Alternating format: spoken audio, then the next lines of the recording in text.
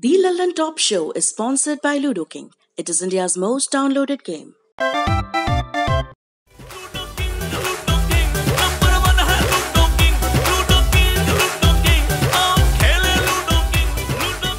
हाय दोस्तों, मैं Mika Singh and family and friends का नंबर 1 गेम लूडो किंग अभी डाउनलोड कीजिए।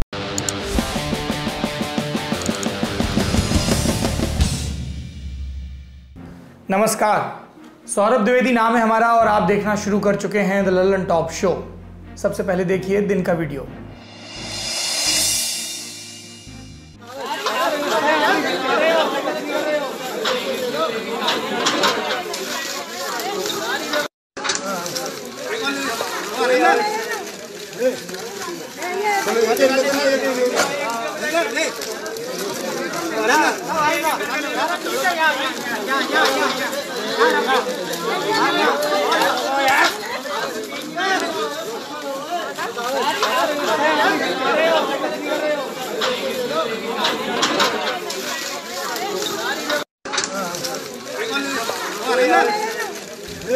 ये वीडियो आगरा का है, वही आगरा जहां कोरोना से निपटने के लिए बने आगरा मॉडल की तारीफ केंद्र सरकार ने भी की थी। एक निजी कॉलेज को सरकार ने क्वारंटीन सेंटर बना रखा है, लेकिन इस सेंटर में लोगों के साथ कैसा सलूक हो रहा है आपने वीडियो में देखा। बंद लोगों की तरफ खाना और पानी फेंका जा रहा है, वो गेट से हाथ निकालकर उसे ले रहे हैं। हम कभी चिड़ियाघर गए हों तो देखा होगा, वहाँ भी खाना देने का तरीका ऐसा ही होता है। कई अखबारों ने अपनी रिपोर्ट में रहवासियों के हवाले से लिखा कि पहले भी ऐसा हो चुका है, और ये हाल तब है जब आगरा के मेयर नवजीवन जैन प्रशासन की शिकायत मुख्यमंत्री योगी आदित्यनाथ से कर चुके हैं। बकौल जैन इसके बाद मुख्यमंत्री ने दखल भी दिया था। इस वीडियो पर प्रशासन का कहना है कि खाना 4 घंटे लेट हो गया था और तब ये सब हुआ। अब सब ठीक कर दिया गया है। मान लिया किसी वजह से खाना पहुंचाने में देरी हो गई, लेकिन क्या तब भी इस तरह से खाना लोगों पर फेंका जा सकता है? जवाब है नहीं। आप कहेंगे इतना स्पष्ट जवाब देने की ज़रूरत क्यों पड़ गई? हम कहेंगे ये सरकारी तंत्र है, कई बार बहुत स्पष्ट ढंग से कहना पड़ता है। संक्रमण से निपटने की हर जगह अपनी अलग चुनौतियां हैं, लेकिन आगरा प्रशासन थोड़ी सी प्रेरणा इस वीडियो को देखकर ले सकता है। सेल चाननब पोलम वासलकपसिंग असिदा लमफेल सना कैथलगी मनुंग लैरिबा सरकार की थबक तौबा इचिलनाउसिंग तोंगान तोंगानबा सिनफम पाइबिरिबा इचिलनाउसिंगना मागी पॉकेटगी मागी फुरिखाउदगी नमजबा सिनफम कया लमफेल सना कैथल डेवलपमेंट अथॉरिटी की कोविड-19 का मरी लेना सेमखिबा रिलीफ फंड मतें पांगलपा सेंफम चिंगदुना लेरगा नसी असिगा थारगा अनिरक सुब तांककी ओइना लमफेल सना कैथलगी लैबिरिबा इचिलनाउसिंगी मरकता हेन सोथरबा हेन अवाबा मायोकनरबा इमुंग चामदा यंथोकचबनी। इस वीडियो को तमिलनाडु टी फेडरेशन की प्रिंसिपल सेक्रेटरी और सीईओ सुप्रिया साहू ने ट्वीट किया। वीडियो में आम लोग राहत सामग्री ले रहे हैं। ये वीडियो क्वारंटीन सेंटर का नहीं है, लेकिन संदेश साफ है, मदद करते हुए आम लोगों की गरिमा का ख्याल रखा जाए। चाहे तो आगरा का प्रशासन ईरान से लौटे लोगों के लिए बनाए गए भारतीय सेना के क्वारंटीन सेंटर के फोटो भी देख सकता है। उन्हें समझ में आ जाएगा कि संक्रमण का खतरा होने के बावजूद मदद कैसे की जाती है। अब आपको कोरोना संक्रमण से जुड़े कुछ ज़रूरी अपडेट्स बताते हैं। सबसे पहले हमेशा की तरह आंकड़े। दुनिया भर में संक्रमण से मरने वालों की संख्या हो गई 2,07,000, ठीक हुए 8,69,000 और कुल मामले होने वाले हैं 30 लाख। अंग्रेजी वालों के लिए बताऊं तो 3 बिलियन। अमेरिका की हालत सबसे ज़्यादा बुरी है, जहां पर 55,000 से ज़्यादा लोगों की मौत हो चुकी है।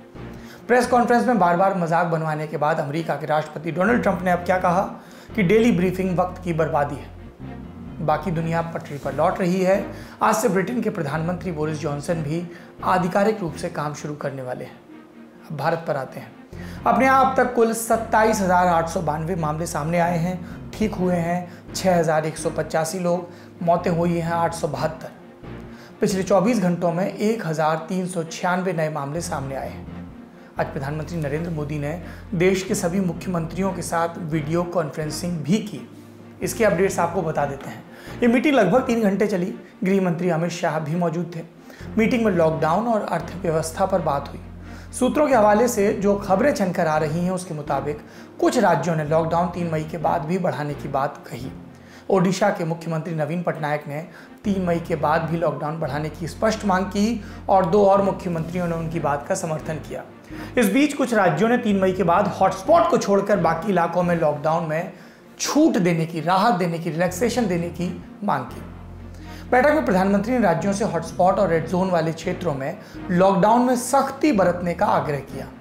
उन्होंने कहा कि राज्यों को कोशिश करनी चाहिए कि रेड जोन को ऑरेंज जोन में और इसके बाद ग्रीन जोन में तब्दील किया जाए। उन्होंने ये भी जोड़ा कि हमें देश की अर्थव्यवस्था पर भी ध्यान देना होगा। हमारी अर्थव्यवस्था की सेहत ठीक है और इसे लेकर घबराने की जरूरत नहीं है। मीटिंग के बाद मिल रहे संकेतों से लगता है कि लॉकडाउन 3 मई को पूरा नहीं भी हट सकता है। संभव है कि कुछ हिस्सों में छूट दी जाए और सरकार छूट तो लगातार दे ही रही है ताकि इकोनॉमिक एक्टिविटीज़ फिर से शुरू हो सकें। लॉकडाउन आगे कितना रहेगा, कितना हटेगा, इसको लेकर आधिकारिक ऐलान अभी नहीं है, इसलिए आगे किसी भी किस्म की अटकलबाजी से व्हाट्सएप यूनिवर्सिटी पर प्रसारित खबरों से बचना चाहिए। जब भी कुछ कहना होगा सरकार कहेगी, सामने आकर कहेगी, स्पष्ट कहेगी। कोरोना से जुड़ी अगली सुर्खी उत्तर प्रदेश से। यूपी सरकार के अधीन आने वाला मेडिकल शिक्षा और ट्रेनिंग निदेशालय यानी कि DGME, इसका काम क्या है? प्रदेश के सभी अस्पतालों और मेडिकल कॉलेजों की व्यवस्था दुरुस्त रखना। अब इन्होंने सभी मेडिकल कॉलेजों और अस्पतालों को एक चिट्ठी लिखी, कहा कि जो PPE किट आप सभी को मिली है उसका इस्तेमाल मत करिए, इसको लौटाना है। और फिर क्या हुआ? ये पत्र मीडिया में लीक हो गया। मीडिया रिपोर्ट्स में दावा किया गया कि PPE किट्स की लंबाई मानकों की तुलना में छोटी है। इसके अलावा कई डॉक्टरों ने यह शिकायत की कि ये PPE किट कई मौक़ों पर फट जा रही थी, उनकी सिलाई उधड़ रही थी। अब यूपी की STF यानी कि स्पेशल टास्क फोर्स इस मामले की जांच कर रही है कि ये लेटर लीक कैसे हो गया। उधर कांग्रेस की महासचिव प्रियंका गांधी वाड्रा हैं जो ट्विटर के जरिए यूपी सरकार को घेरने की कोशिश कर रही हैं। बकौल प्रियंका, हैरानी की बात है कि यूपी सरकार को घोटाला नहीं परेशान कर रहा, बल्कि इससे दिक्कत हो रही है कि खराब किट की बात बाहर कैसे आ गई। वैसे PPE किट की बात चली है तो ये भी जान लीजिए कि नरेंद्र मोदी सरकार ने आइसोलेशन बेड, वेंटिलेटर और ICU बेड्स को लेकर आंकड़े जुटाए हैं और इसके मुताबिक सबसे ज़्यादा शॉर्टेज यानी कि कमी 3 राज्यों में है, असम, बिहार और उत्तर प्रदेश। यूपी से ही एक और खबर है कानपुर से। यहाँ 3 मदरसों की कोरोना हॉटस्पॉट्स के रूप में पहचान हुई है। यहाँ अब तक 10 से 20 साल के 53 स्टूडेंट्स पॉजिटिव पाए गए हैं। प्रशासन का मानना है कि दिल्ली की निजामुद्दीन मरकज़ में हुई तबलीगी जमात की मीटिंग से जो सदस्य लौटे उन्होंने ही इन बच्चों को संक्रमण दिया है। राहत की बात बस इतनी ही है कि ये जो स्टूडेंट्स हैं ये तेज़ी से ठीक भी हो रहे हैं। अब बढ़ते हैं दिन की बड़ी खबर की तरफ। कोरोना संक्रमण कब तक चलेगा कोई नहीं जानता। पहले हमें लगा कि चीन में हालात सुधरेंगे तो सब जगह ठीक हो जाएगा, फिर लगा कि इटली के संभल जाने की देर है, लेकिन वायरस अब तक हमसे एक कदम आगे ही चल रहा है। Leader of the free world virus का बंधक बना हुआ है। ऐसे हालत में भारत क्या करे? विश्व स्वास्थ्य संगठन यानी कि WHO ने हमें बताया है, बाकी विशेषज्ञों ने भी, टेस्ट टेस्ट एंड टेस्ट। तो इस टेस्ट पर कि कितने टेस्ट हो, कितनी पास कितनी फेल हो रही हैं हमारी सरकारें। आपको कुछ उदाहरण देते हैं। पहला उदाहरण पद्मप्रिया का है। 26 अप्रैल को उन्होंने ट्विटर पर एक लंबा थ्रेड लिखा, वो हम आपको संक्षेप में बता देते हैं। उन्होंने लिखा कि 5 दिन पहले मुझे बुखार और जोर का सिर दर्द हुआ, अगले दिन बुखार और सिर दर्द बढ़ गया, थकान होने लगी। एहतियात के तौर पर मैंने खुद को आइसोलेट कर लिया। फिर डॉक्टर ने मुझे सलाह दी कि अगर ये सब ठीक ना हो तो सरकारी हेल्पलाइन पर संपर्क करो। तीसरे दिन मैंने हेल्पलाइन पर बात की। स्वास्थ्य कर्मचारियों ने कहा कि मैं घर पर रहूं और लक्षणों पर ध्यान दूं। चौथे दिन बुखार और बदन दर्द के साथ साथ खांसी शुरू हो गई। मुझे हैदराबाद के किंग कोटी हॉस्पिटल बुलाया गया। यहाँ मुझसे कहा गया कि लक्षण तो हैं, लेकिन आपका कोई प्राइमरी कॉन्टैक्ट नहीं है तो टेस्ट नहीं किया जाएगा। ये भी कहा गया कि अगर मुझे कोविड-19 हो भी गया तो चिंता नहीं करनी चाहिए, क्योंकि मैं युवा हूँ, मेरा शरीर उससे लड़ लेगा। इस दौरान मैंने कई ऐसे लोगों को बिना टेस्ट के अस्पताल से लौटते देखा जिनका कोई प्राइमरी कॉन्टैक्ट या फिर ट्रैवल हिस्ट्री नहीं है। वो आगे लिखती हैं कि घर लौटने पर मेरी सांस फूलने लगी, भूख लगना बंद हो गई थी। 26 अप्रैल की सुबह मैंने देखा कि मैं ना कुछ सूंघ पा रही हूँ, ना किसी चीज़ का स्वाद महसूस कर पा रही हूँ। समझ नहीं आ रहा था कि क्या हो रहा है। हम सामान लेने के लिए 3 बार घर से निकले थे। क्या तब मुझे संक्रमण मिल गया? क्या जो मुझे हो रहा है वो कोविड-19 ही है या कोई और बीमारी? अब मैं सिर्फ अपने भरोसे हूँ। ये सब लिखने वाली पद्मप्रिया द हिंदू जैसे अखबारों के लिए लिख चुकी हैं। sunoindia.com नाम से एक न्यूज़ पॉडकास्ट वेबसाइट चलाती हैं। उनका लिखा थ्रेड ट्विटर पर वायरल हो गया तो हड़कंप मच गया। फिर 26 अप्रैल की सुबह उन्हें किंग कोटी हॉस्पिटल से फ़ोन आया कि आपको टेस्ट के लिए आना है। दूसरा उदाहरण यूपी के मेरठ से। यहाँ 65 साल के एक बुजुर्ग दंपत्ति को कोरोना संक्रमण के लक्षण महसूस हुए। परिवार वालों का कहना है कि 108 नंबर पर फ़ोन किया लेकिन एम्बुलेंस नहीं आई। तब सरकारी अधिकारियों को फ़ोन लगवाए गए। 20 अप्रैल की शाम को एक एम्बुलेंस पति पत्नी को मेडिकल कॉलेज लाई, लेकिन दवा देकर पैदल वापस भेज दिया गया। तबीयत फिर भी ठीक नहीं हुई। 22 अप्रैल को एक टीम ने दंपति के सैंपल लिए और उसके बाद क्या हुआ आप खुद परिजनों से सुनिए। अगले दिन उनके घर पर एक डॉक्टरों की टीम आती है, वो उनका सैंपल लेती है। दोनों हस्बैंड वाइफ का उम्र है उनकी 62 से 65 साल, दोनों हस्बैंड वाइफ की। खैर, सैंपल लेने के बाद सैंपल का कोई रिजल्ट नहीं आता। अभी तक उनका कोई रिजल्ट नहीं है कि उनको कोविड है या नहीं है। 3 दिन हो गए हैं सैंपल लिए हुए। उनकी स्थिति और भी गंभीर होती गई।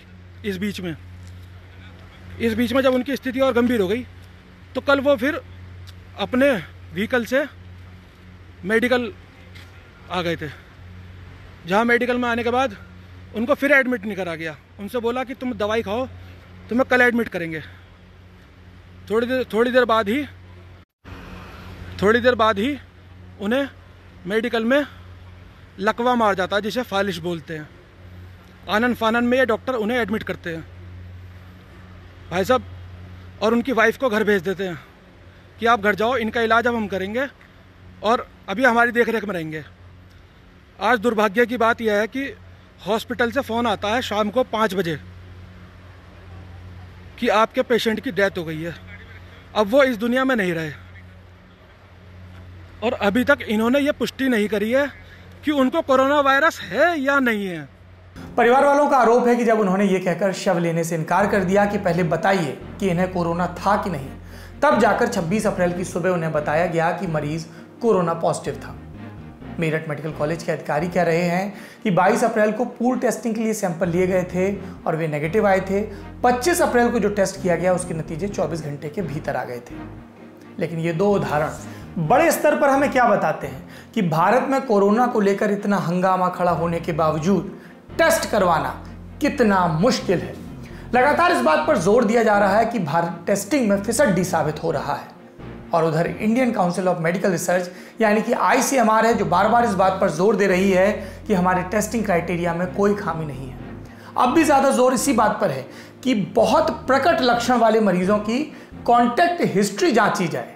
अगर ट्रैवल हिस्ट्री नहीं है, कॉन्टैक्ट हिस्ट्री नहीं है या फिर इन्फ्लुएंजा लाइक इलनेस ILI या सीवियर एक्यूट रेस्पिरेटरी इन्फेक्शन यानी कि SARI तो नहीं है, और इन सब चीज़ों के बाद ही टेस्ट किया जा रहा है।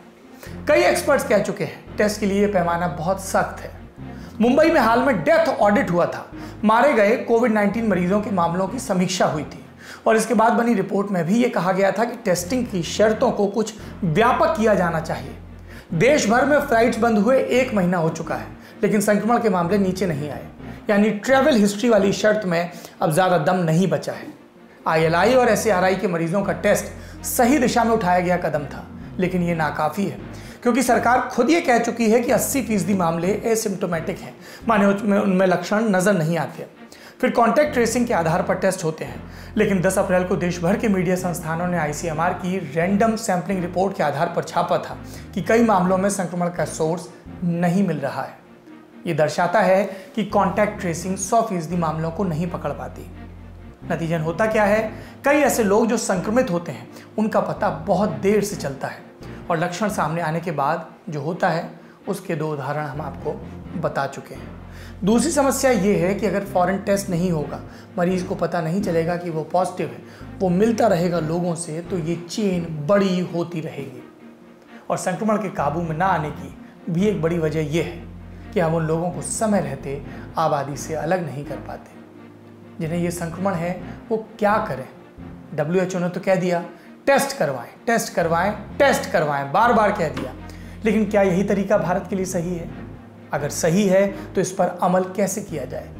इस बारे में हमने देश के top number 1 hospital Akhil Bharatiya Ayurvigyan संस्थान यानी एम्स से जुड़े कुछ वरिष्ठ डॉक्टरों से बात की। उन्होंने जो हमें बताया उसका निचोड़ क्या है।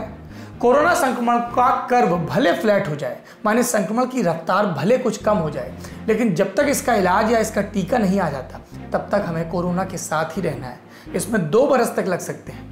ICMR का टेस्टिंग क्राइटेरिया गलत नहीं है, लेकिन बहुत सख्त है। इसमें थोड़ी ढील दी ही जानी चाहिए।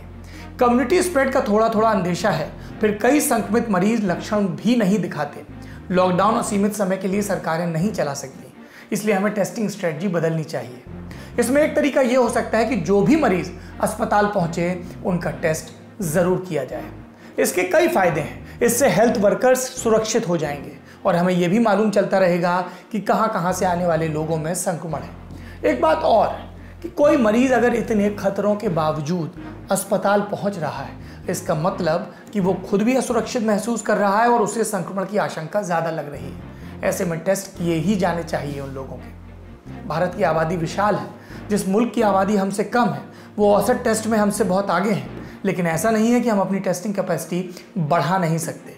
ICMR खुद बार बार दावा कर चुका है कि भारत तकरीबन 65,000 टेस्ट रोज कर सकता है।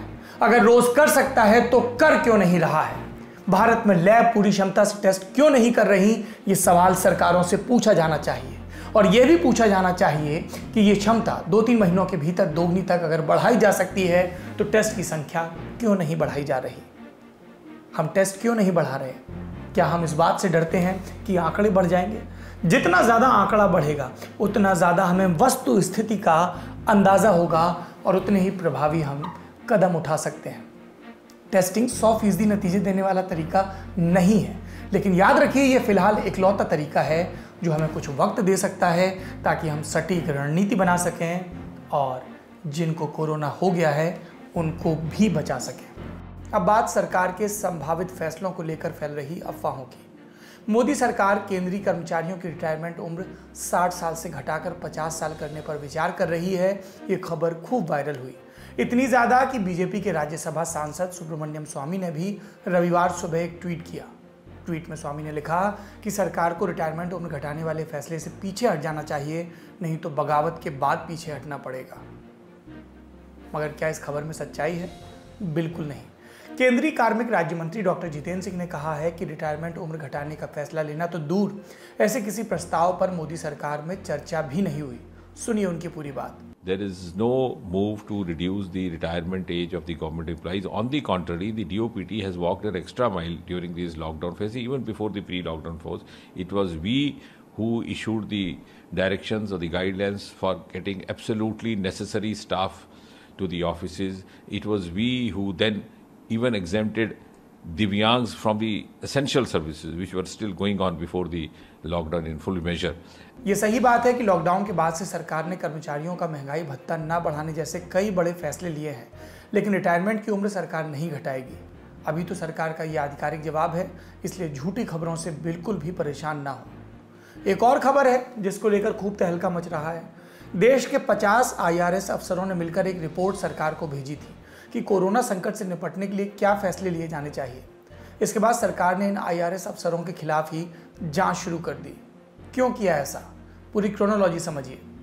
देश के IRS अफसरों का एक संगठन है, इसका नाम है IRS एसोसिएशन। इसके आधिकारिक ट्विटर हैंडल से 25 अप्रैल को एक रिपोर्ट सरकार को भेजने की जानकारी दी गई। रिपोर्ट का शीर्षक है fiscal options and response to कोविड-19 एपिडेमिक, शॉर्ट में फोर्स।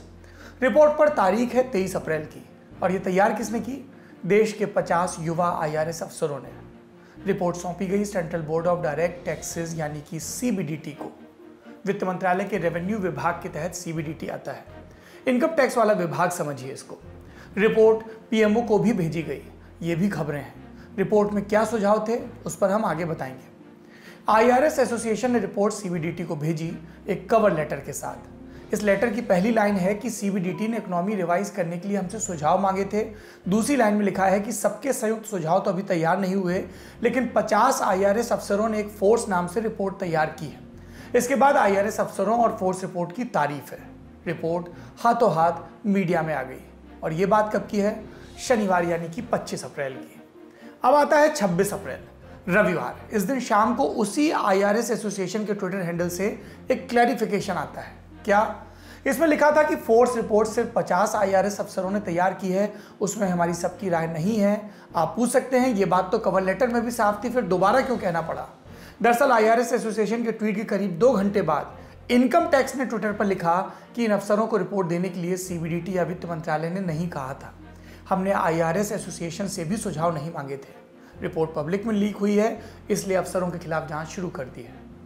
आप पूछेंगे भैया लल्लन टॉप, रिपोर्ट में ऐसा क्या था, सुझाव क्या थे कि इस तरह की कार्रवाइयां शुरू हो गई?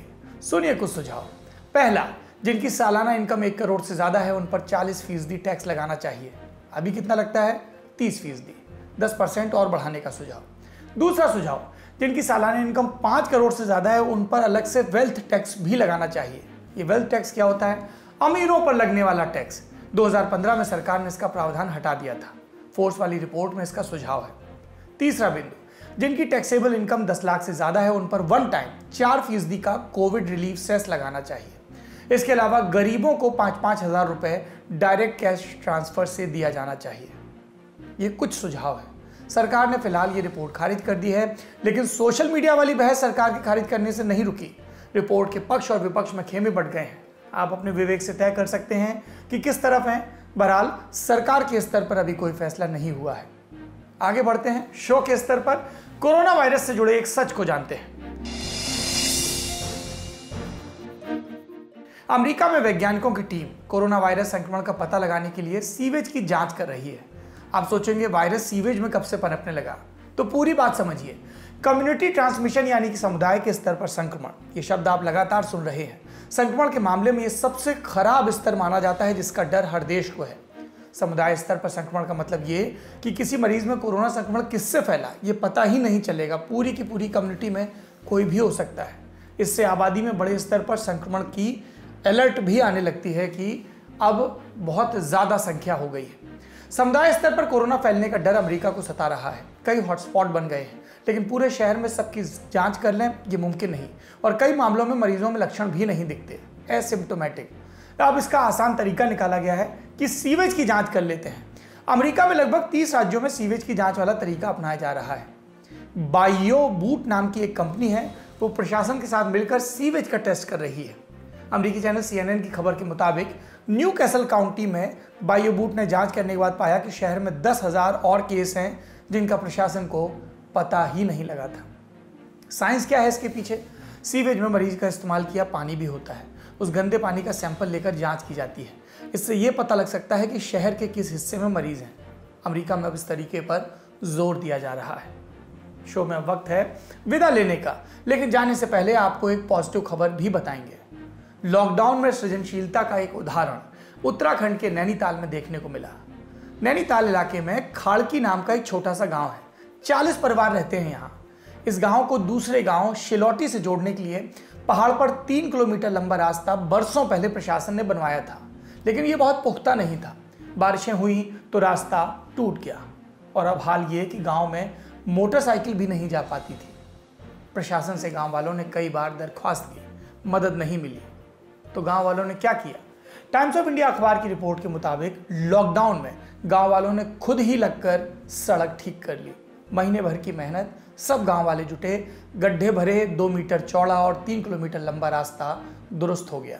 प्रशासन के भरोसे रहते तो शायद अभी भी नहीं होता, लेकिन गांव वालों ने लॉकडाउन को एक अवसर की तरह भुनाया। अब गांव में खुशी है क्योंकि बरसों बाद वहां मोटरसाइकिल पहुंच सकती है। ऐसी छोटी छोटी खुशियां कोरोना के खिलाफ लड़ाई में हमारे हौसले को मजबूत रखेंगी। बाकी गांव वाले हों या शहर वाले, कोई भी काम करें तो अपनी सेहत का और डिस्टेंसिंग का भरपूर ख्याल रखें। सरकार भी यही निर्देश दे रही है कि गांव के स्तर पर या निर्माण कार्य के स्तर पर काम शुरू हो जाए, लेकिन सावधानियां बरत कर। अपना और अपनों का ख्याल रखिए। शुभ रात्रि।